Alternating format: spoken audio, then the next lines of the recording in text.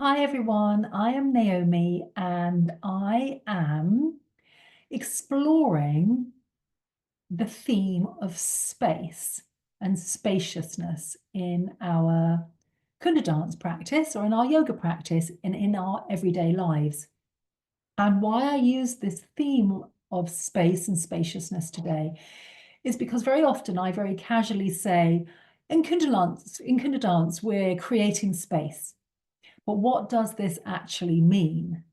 What does it mean to you? It may mean something quite different to you. But before we start, I just ask you to take a moment to close your eyes and go inward and just notice, where am I spacious? Where do I feel space? And where is there maybe less space in my body? Where do I feel space or spaciousness around my body?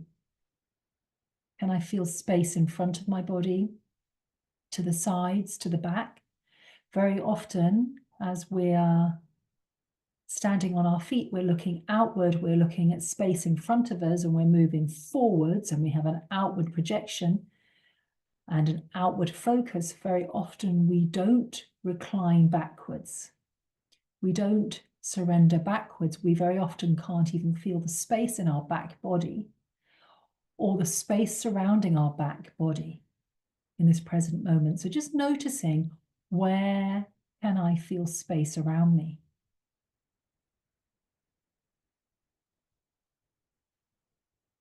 And this is just an exploration. Your experience of your life in your body, in the surroundings around you. And it's an exploration to take home with you and practice, take this into your practice and take it home with you in your everyday and start noticing, where am I feeling spacious? And where maybe is there a lack of space? And when I think of a lack of space in my body, I think about constriction, restriction, maybe a lack of a tightness, so there's no energy flow. So maybe space is the opposite of this. Maybe space is expansion. Maybe space is energy flow. That's how I feel about it, but maybe you'll feel something different. And in Ayurveda, we're working with the elements of the earth, the water, the fire, the air, and the ether. And we use doshas, which are groupings of these elements, to explain physiological, mental, emotional, spiritual, typical behaviors, if you like. And it's the dosha, the vata dosha, which you might have heard of before, which is encompassing the air and the ether element. And the ether element is the space. So I often say the ether are the spaces between the atom. The ether is the space around us, which is infinite. It's the space that has always been and always will be. It's the space which runs through our bodies around us for eternity. And Dr. Vasant Lad suggests that space is consciousness. That space is nothing but consciousness. So when we take that lens, how now does it feel when you go within and feel the space within as consciousness? Does that now give a slightly different feeling to that element within you? Again, this is exploring. And these are just my offerings and suggestions for you to take away and play with and to feel in your practice and to feel in your everyday and just notice what's happening.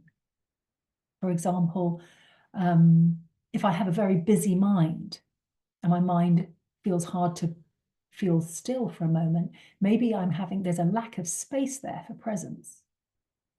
And I've just moved house. I've got boxes everywhere, stuff everywhere. That stuff everywhere also creates a lack of space. So there's a lack of energy flow. in my perspective. During the day, as gravity's pulling us down, we are slowly reducing the space between the vertebrae in our spine, which is why an inversion when you come home is gold, because you're creating space within the vertebrae so that you can extend. So the gravity is always actually reducing, pulling us down. And so we're also reducing in size. And it's also pulling into the hips and pulling down through the bones and the fascia. And if we turn ourselves upside down just for a little while, a little bit, even just a few minutes, and turn all that upside down on its head, if you like, space extends in the spine, in the body.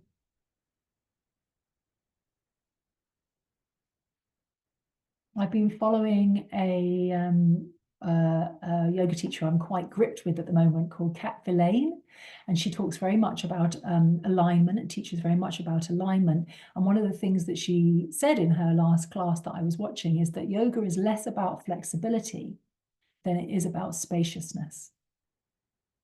So how can we explore this theme of spaciousness? What does that mean to you? And how do you tap into this as we work through our practice?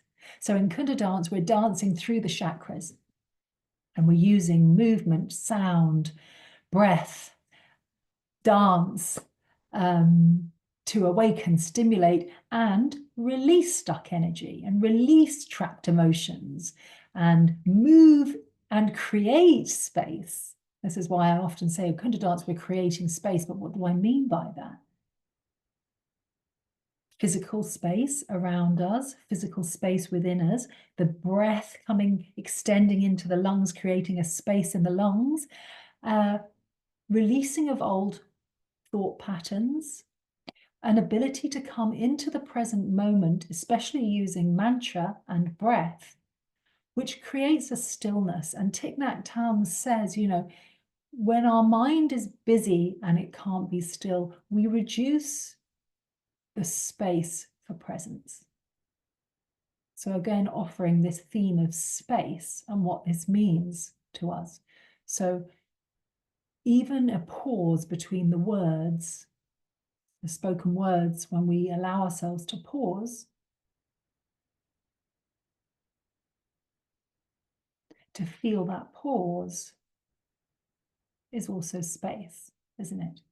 How do we feel in that space, in that silence? So this is an exploration around this theme of space. And my invitation to you is, when you're at home, noticing what's giving you a sense of space. Where are you feeling space in your body? Where may be that there is a constriction of space, spaciousness? And play with maybe what helps create that sense of space. Do you even feel safe in a sense of space? Some people want to fill up their time and fill up their words and fill up space because actually they feel uncomfortable in space. And that's an interesting other angle to think about. And of course, all of this is an exploration, and all of this is just my offerings to you. I very much think in terms of space and spaciousness, especially in my body and in my mind, because for me, space is freedom. And it's beyond that. Space gives freedom, but space, spaciousness, ether is a connection to the divine. So this is my offering. Let me know if it speaks to you and see how you can weave this into your practice, perhaps. Satnam.